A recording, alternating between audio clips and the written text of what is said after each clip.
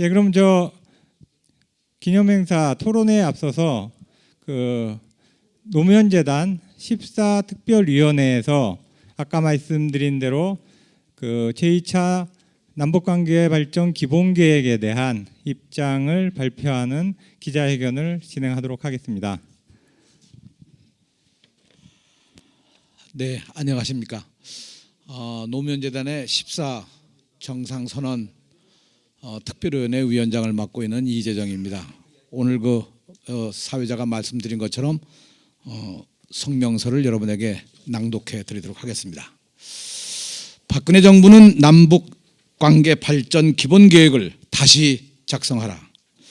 지난 9월 25일 정부는 남북관계 발전위원회를 개최하여 제2차 남북관계 발전 기본계획을 심의했다.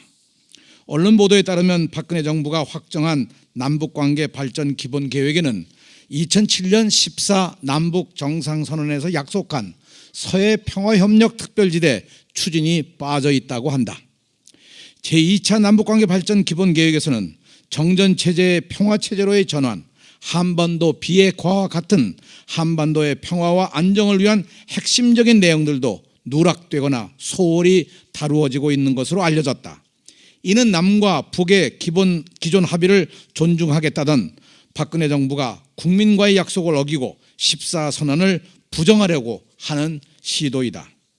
박근혜 정부가 스스로 국민에게 약속한 선거 공약을 어기고 이와 같은 계획을 세우고 있는 것은 민족의 평화로운 미래를 위협하는 것이기에 우리는 심각한 우려를 표명하지 않을 수 없다. 정전체제의 평화체제로의 전환과 한반도 비핵화는 한반도의 평화정착과 통일 기반 조성을 위한 핵심적인 사안이다.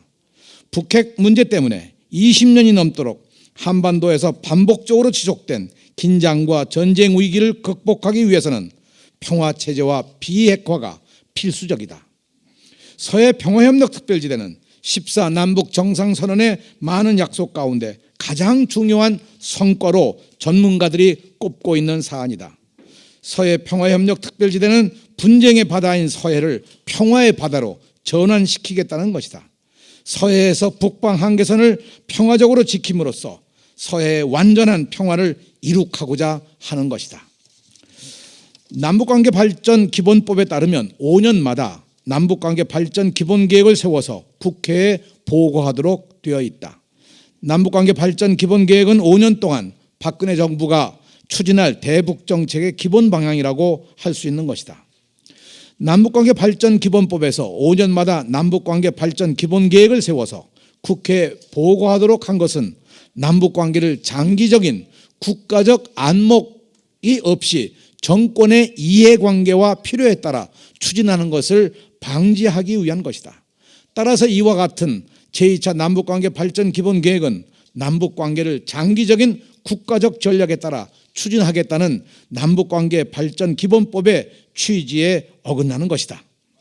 우리는 정부가 정전체제의 평화체제로의 전환과 한반도 비핵화를 위한 기본계획, 그리고 서해 갈등을 평화로 전환시키기 위한 서해 평화협력 특별지대 등을 위한 구체적인 계획을 담은 남북관계 발전 기본계획을 다시 만들 것을 촉구한다.